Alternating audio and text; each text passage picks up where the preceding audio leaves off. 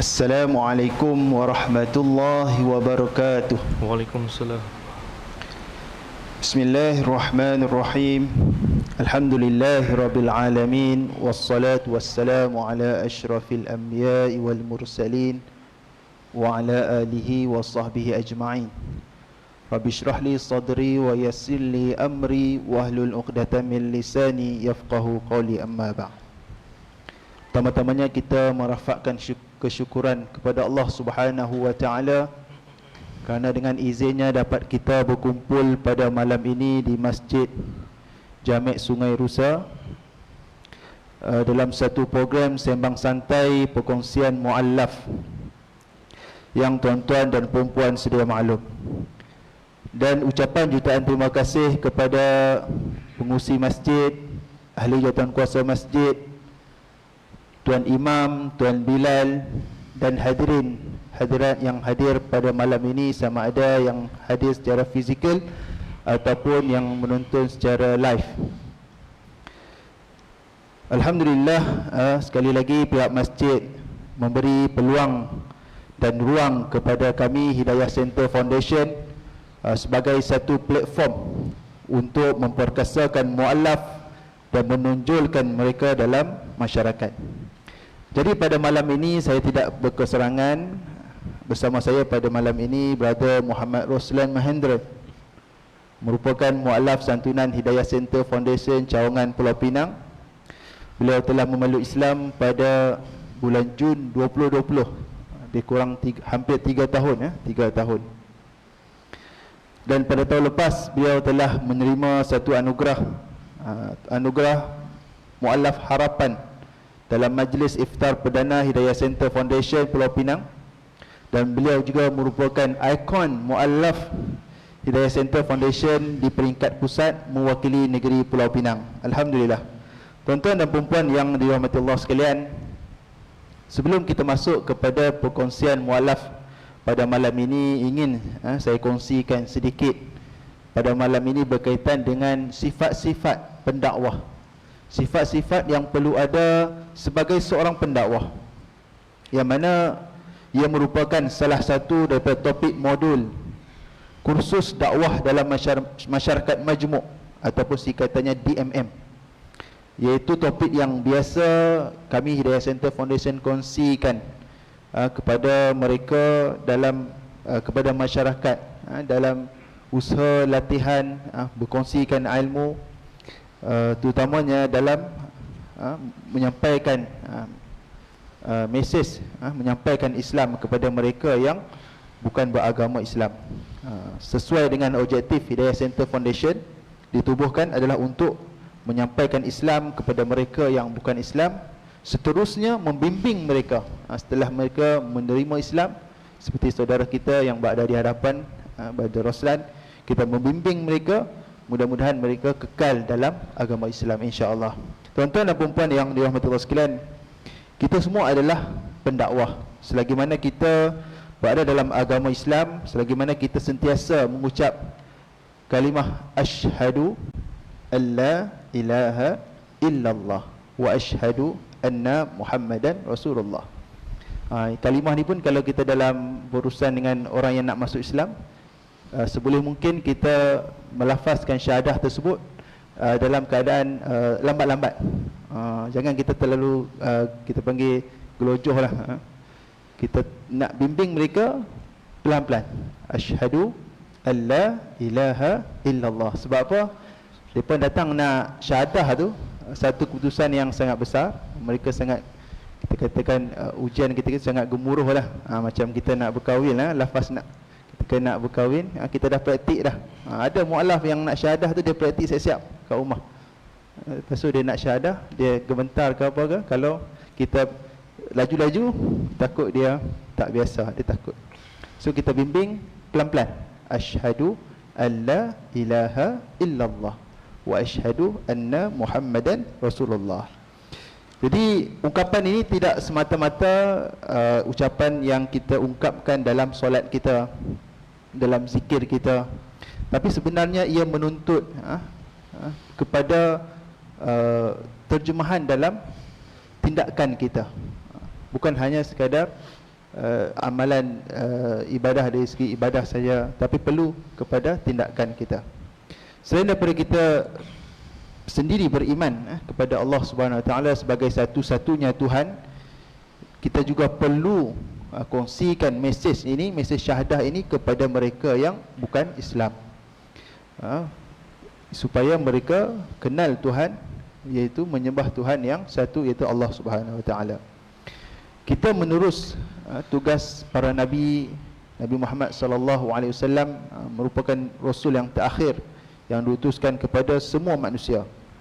Baginda juga memahami bahawa dakwah baginda Nabi sallallahu alaihi wasallam adalah untuk semua manusia, termasuklah mereka yang bukan Islam. Seperti mana dalam firman Allah Subhanahu wa taala dalam surah Saba, surah ayat 28, Allah sebut, auzubillahi minasyaitonir rajim, وَمَا أَرْسَلْنَاكَ إِلَّا كَافَةً لِلنَّاسِ بَشِيرًا وَنَذِيرًا وَلَكِنَّ أَكْثَرَ النَّاسِ لَا يَعْلَمُونَ. Dan kami tidak mengutuskan engkau Muhammad melainkan kepada mereka, kepada semua umat manusia sebagai pembawa berita gembira dan sebagai pemberi peringatan. Tetapi kebanyakan manusia tidak mengetahui.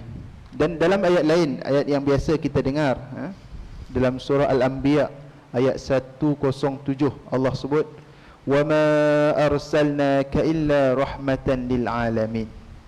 Tidak kami utuskan kau Muhammad melainkan untuk menjadi rahmat kepada seluruh alam.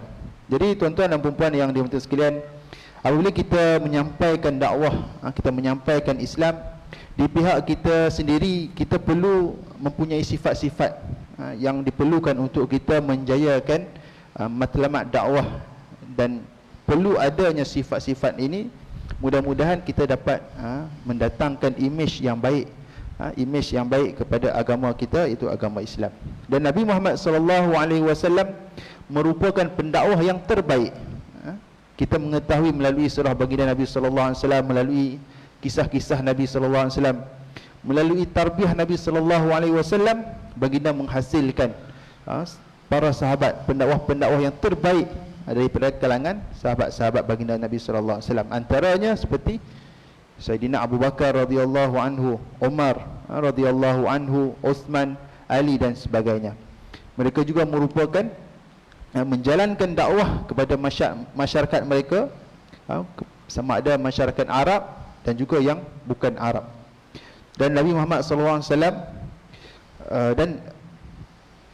dan daripada hasil tarbiyah kepada para sahabat, mereka menyampaikan Islam, akhirnya umat Islam menjadi umat yang terbaik, umat yang terbaik, dan akhir sekali umat Islam menguasai 1/3 dunia. Ini pun kita belajar sejarah, 2/3 dunia umat Islam menguasai dengan sifat-sifat yang ada pada diri mereka. InsyaAllah tuan-tuan dan puan-puan yang sekalian, di Hidayah Center Foundation telah menyenaraikan berdasarkan Al-Quran, juga sunnah Nabi SAW, berdasarkan sirah dan juga beberapa pengalaman menggerakkan usaha dakwah di Hidayah Center Foundation. Kita menyenaraikan 10 sifat-sifat pendakwah yang perlu ada dalam diri seorang pendakwah. Namun begitu, kita percaya bahawa banyak lagi sifat-sifat yang diperlukan dalam kita menjalankan usaha dakwah ini.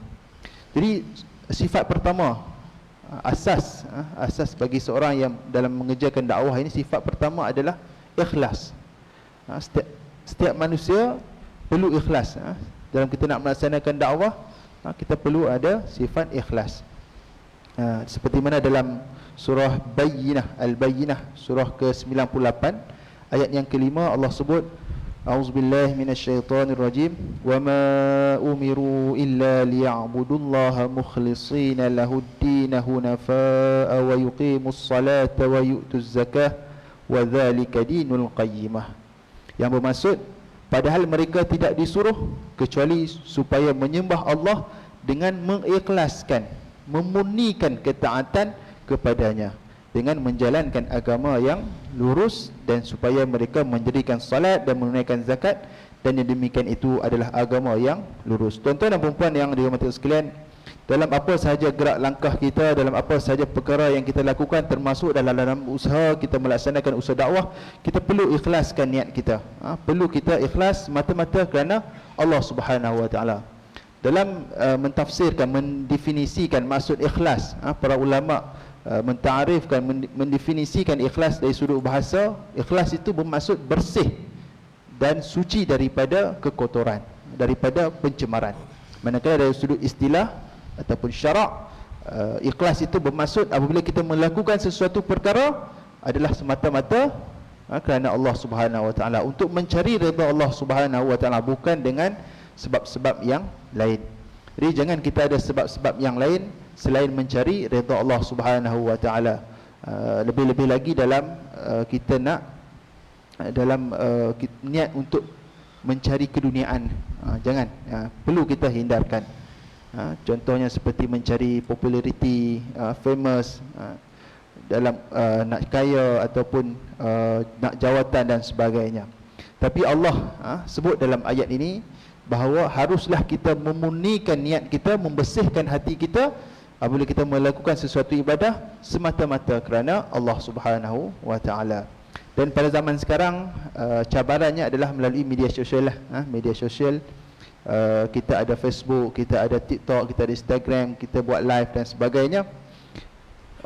Kita post sesuatu perkara, apa yang kita laksanakan, maka kita kena pastikan apa yang kita kongsikan itu adalah semata-mata kerana Allah Ta'ala, bukan kerana selain daripada Allah Subhanahu Wa Ta'ala. Elakkan sifat-sifat yang berlawanan dengan sifat ikhlas, seperti riya, ujub, sum'ah dan sebagainya. Dan kerana itu semua adalah daripada syaitan yang cuba mengganggu, menggugat iman kita.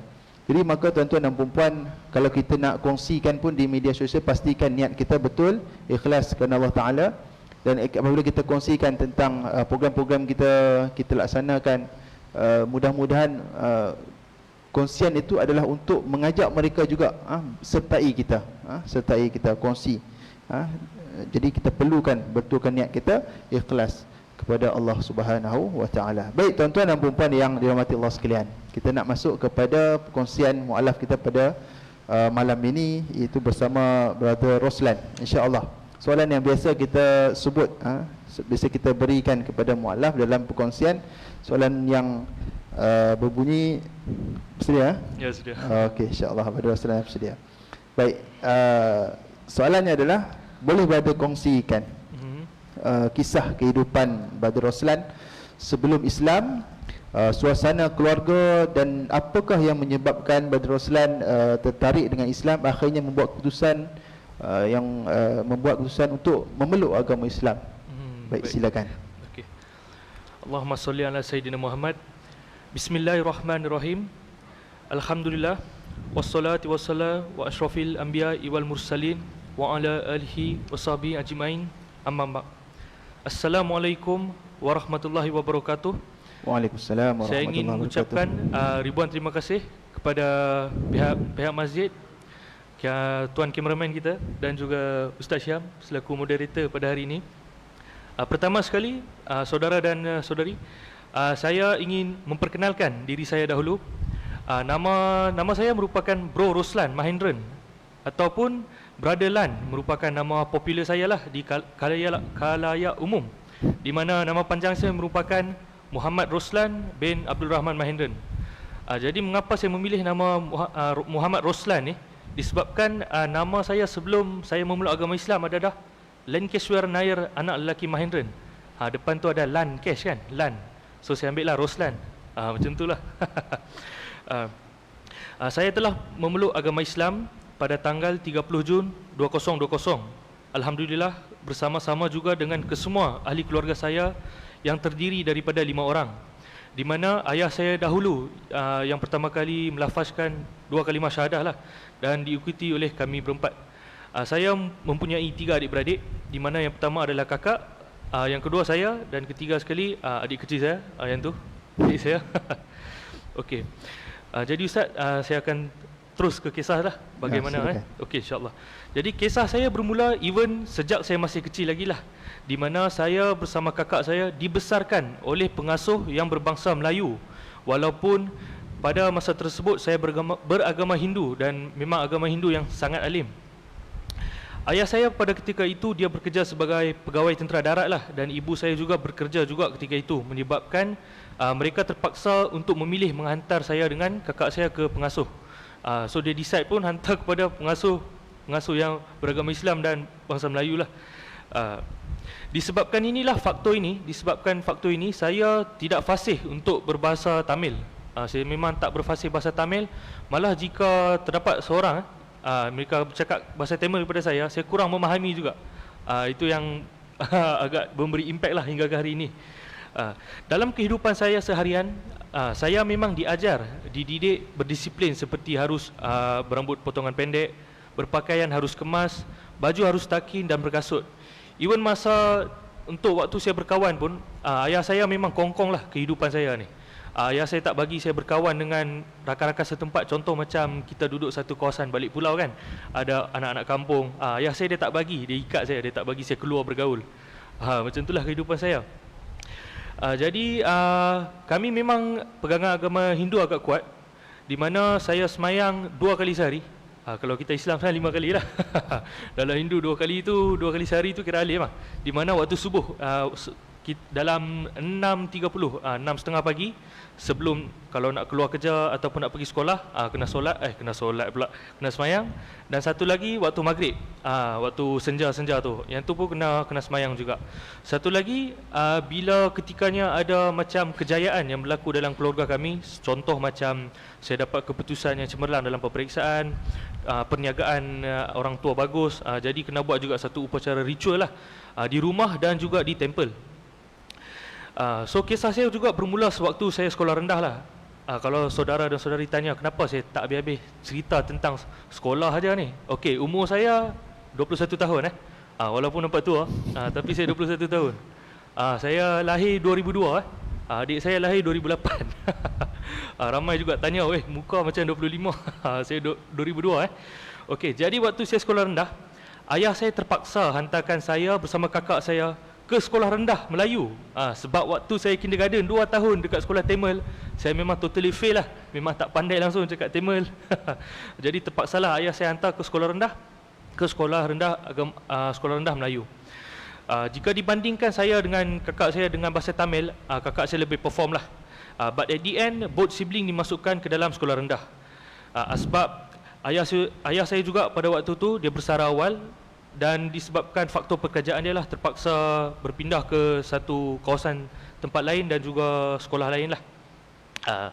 Di sekolah sudah tentu saya memang kena bully lah, disebabkan saya seorang je pelajar yang beragama Hindu masa tu. Memang kena bully tu perkara yang biasa lah. Di mana sedih juga bila sometimes cikgu pun adalah sindir juga kan, ada sindir juga, tapi tak apalah, saya anggap itu sebagai cabaran, dan masa tu kanak-kanak lah kan, ambil teriri hati kan. Tapi saya pun tak berani nak ceritakan perkara-perkara tersebut lah. Walaupun saya terkena isu perkauman dan sebagainya, saya tak berani ceritakan perkara tersebut kepada orang tua saya. Walaupun demikian, saya masih terdapat juga ramai kawan-kawan lah, kawan-kawan yang lelaki dan juga yang perempuan yang beragama Islam, di mana mereka sangat suportif, saling bantu-membantu terhadap saya. Begitu juga tenaga pengajar saya di situ. Dari 2009 hinggalah 2014. Saya rapat dengan seorang insan bergelar guru ini, di mana dia sangat rapat di hati saya lah, sangat special. Beliau merupakan seorang guru bahasa Arab, pendidikan agama Islam. Nama beliau adalah Ustaz Akmal bin Abdul Majid, di mana selalu dari mentor-menti sekolah, beliau lah yang jadi mentor-menti saya di sekolah, di mana selalu beliau tanya kepada saya, Lankesh, bila nak masuk Islam? Dia akan tanya macam tu kat saya, dan dia bagi tahu kat saya, Lankesh, kalau boleh jangan beritahulah dekat ayah apa yang ustaz kata ni.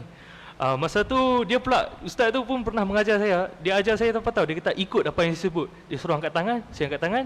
Dia kata asyhadu alla ilaha illallah. Dia suruh ikut je sebiji-sebiji. Saya pun ikut je, saya tak tahu maksud dia. Dia kata jangan bagi tahu ayah. Tapi maklumlah saya ni kanak-kanak masa tu kan. Saya bagi tahu juga ayah saya. Tapi ayah saya dia kata tak apalah, belajar je lah bahasa Arab. Dia kata mengucap je lah, belajar je lah. Dia kata macam tu je. Ayah saya ni dia open minded sikit, so tak kisahlah. Alhamdulillah lah. Kawan-kawan saya pun juga positif. Jadi disebabkan didikan ustaz saya ni jugalah, saya agak tertarik dengan Islam. Malah yang paling penting sekali, akhlak yang ditunjukkan oleh rakan-rakan saya yang positif. Saya juga tertarik dengan tingkah laku mereka, misalnya solat di awal waktu. Sejurus lepas laungan azan saja di dalam kelas tu, terus diorang cikgu bagi tahu, okey pelajar Muslim terus ke surau. Yang tu yang buat saya tertarik sekali lah. Jadi saya boleh menghafal surah-surah ni sejak sekolah rendah lagi. Ini yang memberi impak lah hingga ke hari ini. Contoh macam surah 3 Kul, surah Kafirun tu time tu berterabur sikit lah Ustaz. Dan ada beberapa lagi surah lah, contoh doa-doa. So dia hari-hari saya dengar benda tu dari darjah 1 sampailah ke darjah 6. Perkara yang sama aja berulang, masuk minda berulang-ulang. Jadi dia dah resap. Dia dah meresap ke dalam diri saya. Okey. Masa tu juga saya mengambil subjek bahasa Arab, di mana waktu tu subjek tu tak digalakkan. Tapi bila PIBG, guru besar tanya kepada ayah saya, anak tuan ni nak kena ambil ke subjek bahasa Arab ni, tak digalakkan. Tapi ayah saya kata ambil juga. So saya pun ambil, alhamdulillah boleh dapat C dengan B lah. Walaupun saya pun tak faham je maksud bahasa Arab tu, saya cuma minta tarik letak macam tu je. Okey. Jadi apabila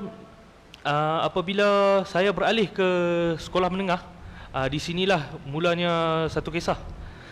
Waktu untuk beralih ke sekolah rendah, sekolah menengah ni, disebabkan saya tak berfasih untuk bahasa Tamil, saya memang dipinggirkan lang teruslah. Dari saya tingkatan 1 sampai saya ke tingkatan 6. Saya dekat situ sampai tingkatan 6 lah. Memang saya dipinggirkan oleh kawan-kawan saya yang Indian lah, yang Indian. Okey, jadi setiap kali bila saya terdengar laungan azan ni di rumah, sebab rumah saya tu bersebelahan tu, dalam jarak 400 meter tu ada sebuah masjid lah. Setiap kali dengar laungan azan tu dah jadi macam matching tau. Itu yang buat saya tak tahu, dari dalam jiwa tu dah ada timbul perasaan ni. Contoh saya dengar suara azan, saya macam nak dengar betul-betul. So dia macam mana saya boleh terdetik ni, dia bergerak seiring. Adik saya, kakak saya dengan ibu saya, dia bergerak seiring untuk minat terhadap ni. Dan setiap kali ada dalam pukul 9 pagi Ustaz, saya tak tahu, 9 pagi saya akan dengar di speaker tu diorang akan pasang satu zikir, Subhanallah walhamdulillah wala ilaha illallah. So mulut saya pun akan sebut benda tu, macam kena dengar lah benda ni, wajib dengar. Sampai satu tahap tu saya dah tak dengar. Kenapa dah tak dengar? Dari speaker tu bunyi-bunyi macam ni, saya jadi macam nak tahu kenapa tak dengar, macam gelisah, tak sedap hati sangat. Boleh kata macam black down lah masa tu. Bila tak dengar macam tak rasa tenteram. Saya tak tahu kenapa timbulnya perasaan tu dalam hati saya. Bukan hati saya, dia bergerak seiring lah dengan adik, dengan kakak sekali. So jadi ketikanya bila masuk di alam sekolah menengah saya ni lah, banyak perubahan yang berlaku, di mana bisnes saya waktu tu dia dah down. Lepas dia besar awal, dia kerja sebagai property consultant lah, ejen hartanah. Jadi bisnes dia pun dah down. Terpaksa lah masa tu tahun 2017, ayah saya kena sorok semua kenderaan dia ke negeri lain untuk elakkan bank tarik kenderaan, untuk elakkan bank tarik kenderaan. Malah bil Astro yang paling basic pun ayah saya tak mampu nak bayar. Even duit sekolah saya pun ayah saya tak bagi. Terpaksa. Dan banyaklah, memang agak sukarlah masa tu. Tapi ada hikmahnya saudara dan saudari. Sebab apa? Bilanya kami tak ada Astro kan, tak ada channel lain kecuali untuk rancangan nasional saja, di mana TV1, TV3 dengan TV9. Yang tu je harus layan lah, harus layan sekali. Jadi satu keluarga akan duduk, akan tengok TV9. Rancangan ni rancangan Dato' Dr. Daniel, rancangan bertajuk Halakah. Memang boleh kata duduk tengok. Alhamdulillah, yang ni lah yang buat lagi kami memang asah sangat minat terhadap agama Islam tu. Setiap ucapan yang dilontarkan oleh Dato' Dr. Daniel tu, dia mampu menarik penonton non-Muslim. Sebab dia kata kepada penonton Muslim dan non-Muslim, dia nak terangkan macam apa itu Islam. Dia explain one by one. Ayah saya walaupun masa tu dia alim agama Hindu, kami masa tu memang dengar ceramah Dr. Daniel tu, boleh kata alim kami jadi kurang lah. Sebab dia bahas, dia kupaskan tu. Jadi ayah saya pun makan sedikit demi sedikit. Macam mudah-mudahan dia terimalah. Pada tahun 2017 tu juga, bila saya maintain ikut apa yang ceramah-ceramah ni semua kan, saya minta kawan-kawan saya hubungi ustaz saya lama-lama tu. Jadi kami berempat, saya, adik saya, kakak saya dengan ibu saya ambil decision untuk solat secara solat diam-diam lah. Sebabnya apa yang saya baca masa tu, baca tentang agama Islam, dia kata bila seseorang tu dah syahadah, dia kata wajib solat lah, tak boleh tinggal solat. Itu yang buat jadi takut tu lah. Sebab saya, itulah macam tu lah tuan-tuan, dia timbul dalam diri saya daripada dengar surah, dari dengar zikir. Bila tak dengar, dia jadi gelisah. Saya tak tahu kenapa, macam mana boleh jadi dalam kehidupan saya. Dia jadi macam tu lah. Saya tak tahu macam mana boleh dapat feeling tu. Jadi kami pun mulalah solat senyap-senyap. Alhamdulillah dengan guidance ustaz saya ni, kawan-kawan di sekolah saya, tanpa pengetahuan ayah saya mula solat 2017 dalam pertengahan bulan tu lah, dah nak dekat puasa. Tapi masa tu puasa saya masa tu faham-faham lah ustaz kan. Dalam seminggu saat ada, saat tak ada. Masa tu dari 2017, 2018, 2019 sampai 2020, 4 tahun ni tuan-tuan, saya solat senyap-senyap. Solat senyap-senyap tanpa pengetahuan ayah saya tahu. 2018 tu alhamdulillah, lepas tu semua financial kami dah okey semua. Ayah saya pun dia kata dia teringin nak jumpa Dr. Daniel lah. Walaupun dia pun tak kenal dia siapa, dia tengok di TV je, tapi tak kesampaian lah. Masa tu ayah saya dia dah terkantoi, dia nampak ibu saya solat. Tapi dia tak marah ibu saya. Kecuali kami tiga, dia memang tak bagilah ustaz. Sebab apa dia bagi ibu saya solat, saya rasa dia amalkan konsep ni. Bini tak menakutkan, tapi bini yang menakutkan. Saya rasa dia amalkan konsep tu. Kalau taklah, saya gurau je Ustaz. Sebab dia sayang lah. Saya rasa sebab dia sayang, dia benarkan. Ayah saya kata kalau awak setuju dengan cara solat sembahyang cara agama Islam, awak teruskan. Tapi dengan syarat jangan pergi daftar agama Islam dulu. Dia kata tanpa izin saya. Dia kata you nak sembahyang cara you sembahyang. Dia kata anak-anak you jangan usik. Dia kata macam tu je lah. So terpaksalah, walaupun masa tu, bayangkan tuan-tuan, saya dah mula solat. Bila waktu nak pergi temple tu setiap hari Khamis tu, aduh, saya dah sujud kepada Allah, tapi nak kena ikut pergi temple, nak kena sujud balik dekat tu lah, berhala kan. Yang tu memang buat saya sedih lah. Bila Sami tu bagi pakai kat saya gelang, saya sanggup pergi sekolah ambil gelang tu, saya tutup pakai jam tangan, tak nak bagi tahu. Kalau tak pun saya gunting buang. Tapi memang saya marah lah. Marah dia kakak guna secara fizikal lah. Dia orang ni garang, dia tak cakap, dia pukul terus lah. Itu yang buat saya takut tu. So saya memang terpaksa jaga hati dia juga.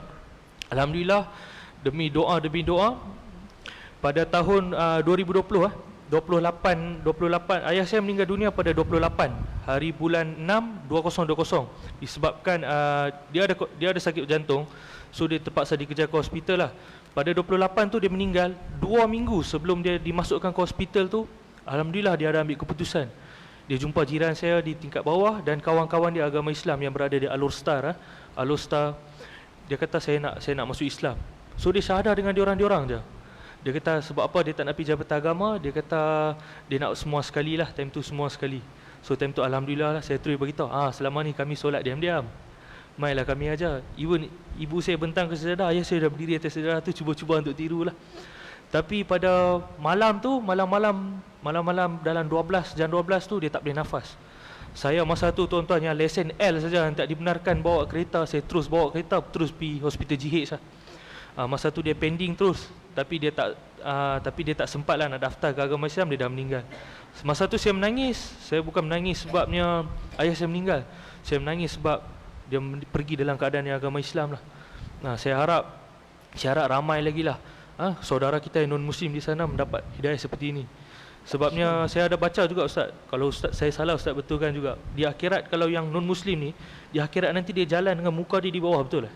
Saya ada terbaca mana lah, kalau saya silap ke apa kah. So saya tak nak lah keadaan-keadaan macam tu juga. Even ibu saya pun usaha juga untuk dedahkan agama Islam tu kepada dia. Alhamdulillah pada 30, ayah saya meninggal 28. Pada 30 hari bulan tu, 30 hari bulan, Jabatan Haiwal Agama Islam di Permatan Tok Gelam, dia datang ke rumah kami. Time itulah kami syahadah secara sahnya. Secara sahnya dan secara betul lah. Alhamdulillah hingga hari ini Ustaz. InsyaAllah tu dari saya. Baik, alhamdulillah. Terima kasih kepada Badrul Roslan atas perkongsian pengalaman memeluk agama Islam. Alhamdulillah, ayah beliau sempat memeluk agama Islam. Alhamdulillah. Baik tuan-tuan dan puan-puan yang dirahmati sekalian, kita sambung kepada sifat pendakwah. Yang tadi, yang pertama tadi, kita perlulah ikhlas dalam setiap apa yang kita buat, terutamanya dalam usaha kita dakwah kepada masyarakat yang bukan Islam. Terusnya, sifat yang kedua yang perlu ada dalam diri seorang pendakwah adalah memahami tujuan dakwah. Apa tujuan dakwah?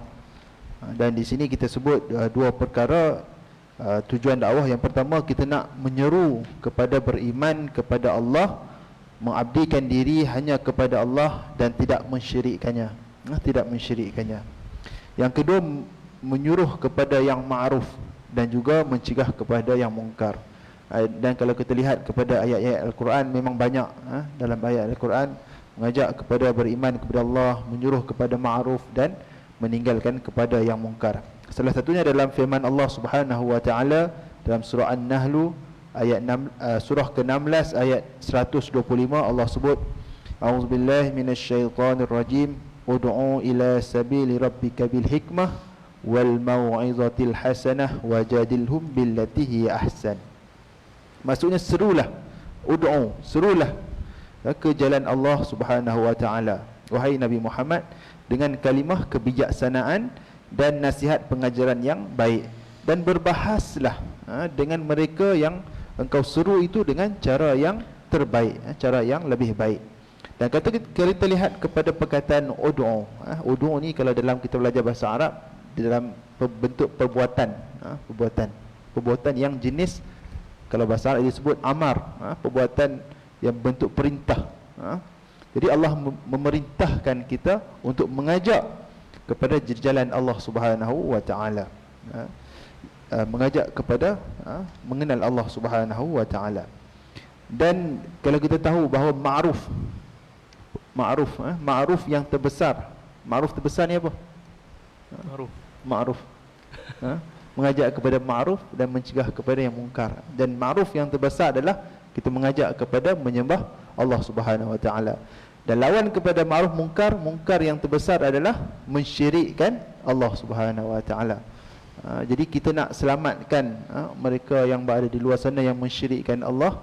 Kita nak kepada mereka beriman kepada Allah Subhanahu wa taala. Dan kalau kita lihat dari dalam Al-Quran, banyak kisah-kisah para nabi, kisah-kisah para rasul, yang mana nabi-nabi dan rasul-rasul ini apabila Allah utuskan mereka untuk mengajak manusia kepada menyembah Tuhan yang satu, di mana di masa yang sama mereka mencegah kaum mereka daripada melakukan kemungkaran. Itulah sunnah Nabi SAW, mengajak kepada menyembah Allah dan mencegah daripada melakukan kemungkaran. Dan di samping itu, di samping Allah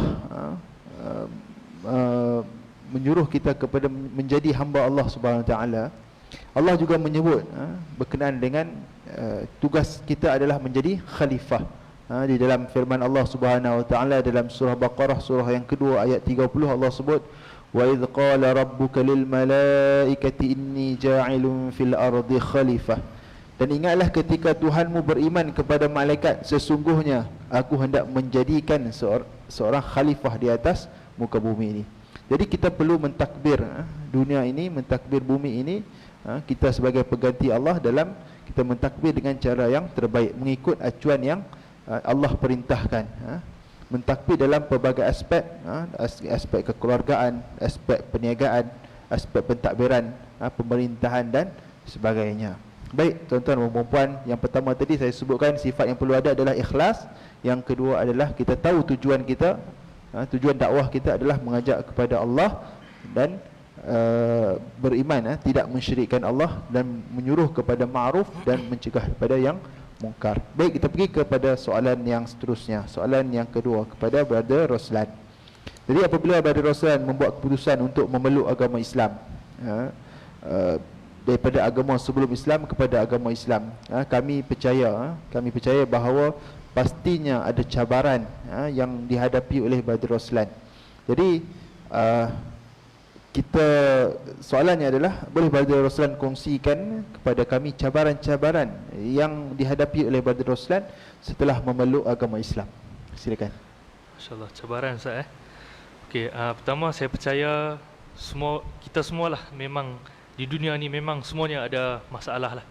Memang mungkin saya mampu pandai berkata lah, kalau kita ada cabaran kita kena atasi dan sebagainya. Tapi sebab saya tak dapat duduk tempat tuan-tuan dan perempuan, saya pun tak boleh nak cakap lah. Ya. saya percaya semua orang pun ada masalah. Semoga kita tabahlah menghadapi dugaan ini. Di mana saya selalu dipegang dalam diri saya, sebanyak masalah, macam mana masalah ada dalam diri saya pun, bahawa baginda kita Nabi Muhammad sallallahu alaihi wasallam, beliau baginda lebih banyak masalah yang dihadapi oleh beliau semasa menyampaikan dakwah kepada untuk menyebarkan agama Islam waktu tersebutlah, di mana orang baling batu dan sebagainya kan. Tapi masalah, tengok berapa banyak masalah yang dihadapi oleh beliau mampu hadapi dengan bersabar dan sebagainya. Jadi saya rasa diri saya ni kan, dengan yang kerdilnya ni, saya rasa masalah ini kena hadapi jugalah. Macam mana pun sebabnya kita di dunia ni bagaikan sebuah peperiksaan lah, di mana kalau Allah sayang kita, Allah akan uji kepada kita, ya Ustaz. Okey, jadi saya akan kongsikanlah sedikit cabaran-cabaran yang telah saya hadapilah setelah memeluk agama Islam.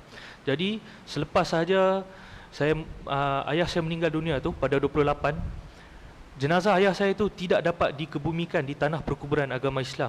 Malah sebab tu meninggal saja di katil hospital tu, terus jururawat bawa troli tu, yang troli untuk jenazah tu, dia bawa yang non muslim punya lah, terus dia nak tolak ke tempat yang non muslim. Jadi berlaku argument di situ. Malah pada masa tu juga keluarga ayah saya, kan ayah saya dia ucap syahadah, dia tak secara majlis agama. Jadi tak ada bukti black and white, sekalipun tak ada bukti black and white untuk katakan ayah saya ni Islam. Jadi keluarga ayah saya pun semua datang secara tiba-tiba, yang saya tak pernah nampak pun akan datang untuk tuntut, untuk bakarlah jenazah tu. Jadi masa tu memang saya terkejut, saya nampak dekat Jabatan Forensik Pulau Pinang, ada yang non-muslim yang raw, nama dia raw untuk yang bakar mayat non-muslim. Dia datang terus, dia kata, ni Lankesh kah? Saya nak ambil mayat Mahendran, dia kata. Saya memang jadi takut lah. Jadi disebabkan itulah saya terus hubungi kawan-kawan ayah saya hubungi Jabatan Hal Ehwal Agama Islam di Kompleks Zarul Hidayah tu, diorang datang bantu. Jiran saya, dia kerja warden penjara, dia datang, semua datang. Sampai satu hari mayat ayah saya tu kena duduk Jabatan Forensik delay. Diorang buat report polis. Alhamdulillah, the next day tu ayah saya berjaya juga ditanam di tanah perkuburan agama Islam, walaupun terdelay satu hari, Ustaz.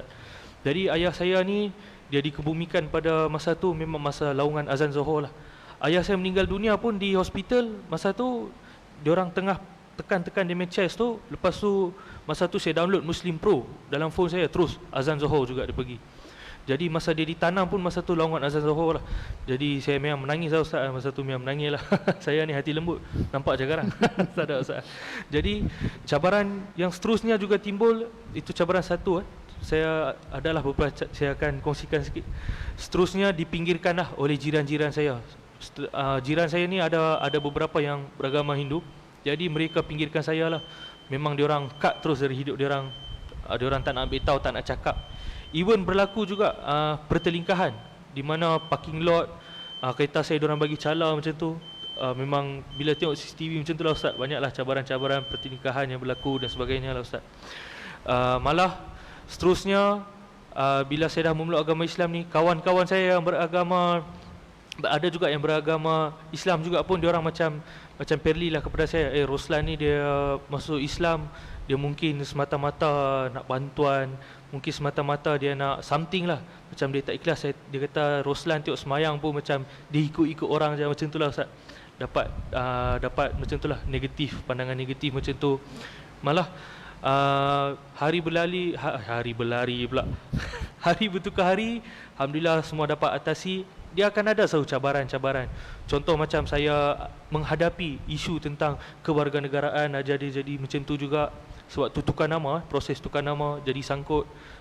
Jadi macam tu. Dan perkara ini menyebabkan saya suka mendapat pekerjaan, suka untuk melanjutkan pelajaran. Masa tu saya di tingkatan 6, memang susah diorang nak tentukan saya ni nak letak warga negara ke atau tak warga negara, kena ambil exam luar. Dia jadi isu macam tu. Alhamdulillah dengan bantuan dari pihak Jaib, diorang datang ke sekolah. Masa tu, Ustaz, diorang datang ke sekolah semua, tolong settlekan, tunjuk dia sekian-sekian, alhamdulillah dapat atasi. Banyak lagi lah, Ustaz. Tapi sebab apa saya cerita yang ni, yang umum ni, saya percaya semua orang pun ada masalah. Jadi sama-samalah kita berdoa kepada Allah agar kita mampu hadapi masalah ini. Sebab saya juga hormat banyak keputusan daripada tuan-tuan kita yang hadapi masalah juga. Kita percayalah tu. Baik, Ustaz, dari saya. InsyaAllah, terima kasih kepada Badrul Roslan. Kita doakan supaya urusan Badrul Roslan, khususnya berkaitan dengan IC dipermudahkan, insyaAllah. Baik, tuan-tuan, kita ambil masa sikit lagi. Tadi sifat pertama ikhlas, sifat yang kedua adalah kita mengetahui tujuan dakwah kita, dan yang ketiga adalah kita memahami keutamaan dalam berdakwah. Ada 4 perkara yang perlu kita menjadi keutamaan yang sangat penting untuk kita. Yang pertama adalah membentuk diri sebagai pendakwah. Perlu kita membentuk diri kita sebagai pendakwah. Yang tadi kita sebut, yang pertama ikhlas, yang kedua tahu tujuan dakwah, dan yang ketiga adalah kita nak membentuk diri kita sebagai pendakwah. Dan pengalaman peribadi dalam kita nak membentuk diri adalah yang paling penting adalah ilmu. Ilmu. Disebabkan itulah kita buat program-program, kita buat kursus-kursus dakwah untuk melatih lebih ramai lagi mereka yang di luar sana dalam masyarakat Islam, yang mana mereka ni dah baik dah, yang berada di masjid dan sebagainya, tapi mungkin dari segi terlibat dalam dakwah kepada bukan Islam, mungkin belum terdedah dengan ilmu tersebut. Jadi kita buat kursus-kursus dakwah, kita masuk dalam masjid dan sebagainya untuk kita melatih, memberi ilmu dan juga kemahiran. Dan kita juga melaksanakan program-program di samping itu perlu untuk kita libatkan diri kita, join aktiviti-aktiviti yang dilaksanakan oleh NGO. Bila kita join, insya-Allah kita akan dapat ilmu, kita akan dapat kemahiran tersebut, insya-Allah. Yang kedua, kita mengamalkan kesyumulan Islam. Islam yang syumul dalam diri kita. Sebab orang bukan Islam ni dia tidak membaca Al-Quran, tetapi dia membaca tingkah laku orang Islam. Itulah seringkali kalau kami di Hidayah Center bila mengajar orang bukan Islam, kita ada kelas orang bukan Islam, kita akan buat perbezaan di antara orang Islam dengan agama Islam. Kita tanya dia apa, kita panggil mungkin background dia terhadap orang Islam. Ada background buruk terhadap orang Islam. Jadi kita perlu jelaskan bahawa Islam itu agama yang benar, tapi mungkin umat Islam tu tidak mengikut apa yang ditetapkan, apa yang diajar oleh Islam, dan menyebabkan buruk di pandangan mereka. Misalnya seperti mencuri di perkalangan orang Islam, dadah, kes dadah dan sebagainya. Miskin pun menjadi isu di perkalangan mereka. Masuk Islam menjadi miskin dan sebagainya. Jadi perlu kita tunjukkan akhlak kesyumulan Islam pada diri kita. Dan Islam ini terdiri daripada 3 asas utamalah, dari segi akidah kita, dari segi ibadah kita, dan dari segi akhlak. Dari segi akidah kita tak ada masalah, kita beriman kepada Allah SWT, beriman kepada rukun iman, rukun Islam. Dari segi ibadah kita tingkatkan ibadah kita dari segi ibadah wajib, ibadah sunat, tahajud, qiyamul lail, zikir dan sebagainya. Dan yang ketiga adalah akhlak, membentuk akhlak kita sebagai akhlak Muslim, akhlak Muslim. Dan jadi kita tengok yang pertama tadi, membentuk diri sebagai pendakwah, mengamalkan kesyumulan Islam dalam diri, itu adalah usaha untuk kita membentuk seorang Muslim yang sejati. Dan yang ketiga adalah kita menyeru kepada syahadah. Apabila kita ada ilmu, kita ada kemahiran, jangan kita simpankan ilmu tersebut, jangan kita simpankan kemahiran yang kita ada, kita kena amalkan. Dan kita mengajak manusia kepada Allah Subhanahu Wa Taala, menyeru kepada syahadah, menyeru manusia kepada kalimah tauhid, 2 kalimah syahadah. Dan jangan kita sembunyikan syahadah kita, kerana Allah Subhanahu Wa Taala sebut di dalam Al-Quran, bagi mereka yang sembunyikan ilmu ini, Allah sebut mereka ini seorang yang zalim, orang zalim, dalam surah Baqarah, surah yang kedua, ayat 140. Saya bacakan: A'udzubillahi minasyaitonirrajim. Wa man azlamu mimman katama syahadatan 'indahu minallah wa mallahu bighafilin amma ta'malun. Dan sesiapa yang lebih zalim daripada orang yang menyembunyikan keterangan, saksi dan bukti yang telah diberikan oleh Allah kepadanya. Jadi tugas kita adalah menyampaikan, dan hasil ataupun hidayah itu adalah milik Allah Subhanahu Wa Taala. Dan yang keempat adalah kita menyeru kepada akidah, ibadah, akhlak dan muamalah. Yakni ketika mana mereka telah memeluk agama Islam, perlu kita bimbing mereka Kita seru mereka kepada akidah, ibadah, akhlak dan muamalah. Kita kena jaga mereka dengan sebaik-baiknya. Kita santuni mereka, kita follow up mereka, kita tidak tinggalkan mereka. Kita pastikan mereka ini tidak kembali kepada agama asal. Itu penting juga tanggungjawab kita lah, supaya akidah mereka terjaga, insya-Allah. Jadi kita perlu bimbing mereka, mantapkan mereka dari segi akidah, mantapkan dari segi ibadah, akhlak dan muamalah. Akhirnya insya-Allah mereka kekal dalam agama Islam. Dan seterusnya kita satu tahap lagi kita memperkasakan mereka, termasuk dalam program kita hari ini kita nak ketengahkan mualaf ni, di mana mereka orang bukan Islam ini mereka ada satu salah faham, masuk Islam jadi mundur, masuk Islam jadi second class.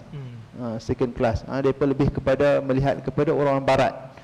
Dia pun tak ada masalah kalau masuk Kristian, tapi bila masuk Islam mereka jadi second class punya ni, insya-Allah. Baik. Jadi saya rasa soalan yang terakhir untuk Badr Roslan sebelum kita habis, iaitu soalannya adalah akhir sekali kita tahu Badr Roslan terlibat dalam media center, terlibat dalam aktiviti dakwah, join kelas-kelas khusus dakwah bersama IDP dan sebagainya.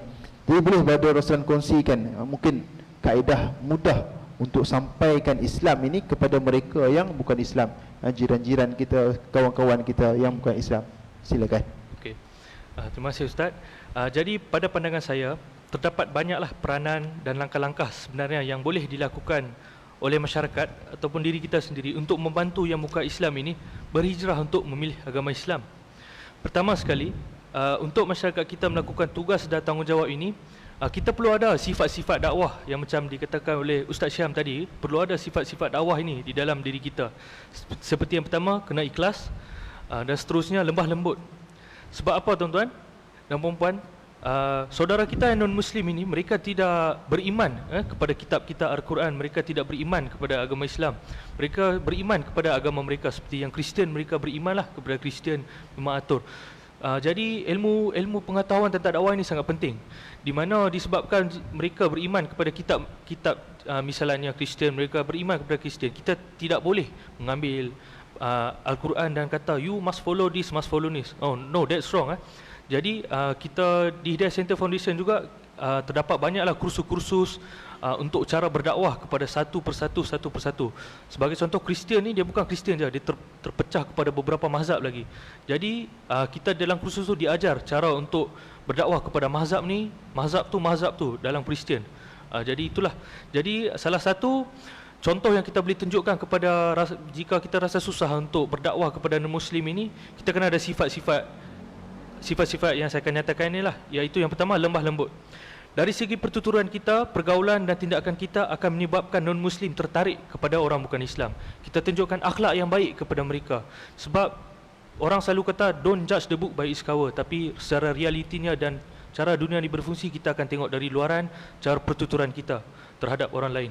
Jadi dia akan tengok, wah dia seorang Muslim, tengok dia bercakap kepada non-Muslim macam mana. So dia akan tengok, wah Islam very beautiful religion. Dia akan beranggap macam tu. Seterusnya, kita kena ada sifat pemaaf. Jika kita tunjuk akhlak yang baik kepada kawan-kawan kita yang non-Muslim, jika mereka macam ignore, macam mereka you ni duk buat baik sangat lah ni, tak apa, kita pemaafkan. Sebab apa? Rasulullah SAW memaafkan kesalahan yang dilakukan kepada baginda dan tidak pernah menyimpan perasaan dendam. Kita perlu ikut ciri-ciri Nabi Muhammad SAW. Yang seterusnya tuan-tuan, jika kita rasa susah sangat untuk sampaikan dakwah kepada mereka, kepada kawan-kawan kita, jiran-jiran kita, kita nak tunjuk akhlak yang baik pun, mereka ni memang macam keras lah, macam satu tebal sangat lah. Jadi kita boleh berdoa kepada Allah, untuk Allah ampunkan dosa dia, untuk Allah berikan hidayah kepada dia. Sebabnya doa kita itu sangat penting tuan-tuan. Kita boleh membuka hati seseorang jika kita berteruskan sebut perkara yang sama, mulut kita hari demi hari, insya-Allah kita boleh membuka hati seseorang itu. Seperti mana saya tertarik dengan agama Islam itu daripada akhlak yang ditunjukkan oleh orang Islam itu sendiri. Walaupun ada jugalah yang nakal-nakal, tapi saya tertarik sebab akhlak yang ditunjukkan oleh diorang, saya sangat tertarik yang itulah. Seterusnya, jikalau di sini tuan-tuan dan puan-puan ada yang bekerja sebagai tenaga pengajar, sebagai guru kan. Kita tuan-tuan dan puan-puan juga boleh sampaikan dakwah kepada pelajar di sekolah dengan cara apa? Saya suggestkan beli satu buku teks ni, buku teks lah, STPM, tajuk dia sejarah Islam. Dengan guna buku-buku ni kita boleh sampaikan, explain dekat dia orang tentang sejarah, kita selitkan sikit. Macam kita cikgu tengah explain, kita boleh selitkan sikit tentang sejarah Islam. So, pernah berlaku juga jadi di isu di sekolah saya, di mana waktu STPM tu cikgu Arus Perdana ni dia guna buku STPM Form 6 tentang sejarah Islam ni. So dia juga cikgu sejarah, dia ajar Form 3. So dia selit-selitkan sebarkan dakwah tu. Jadi ada unsur trigger jugalah di kalangan yang non-Muslim tu. Jadi diorang jemput parent diorang datang untuk buat siasatan, tapi memang tak boleh nak lawan sebab memang ada dalam sejarah. Dan memang dinyatakan dalam silibus Kementerian Pendidikan. Jadi tak boleh nak argue lah. So settle macam tu je.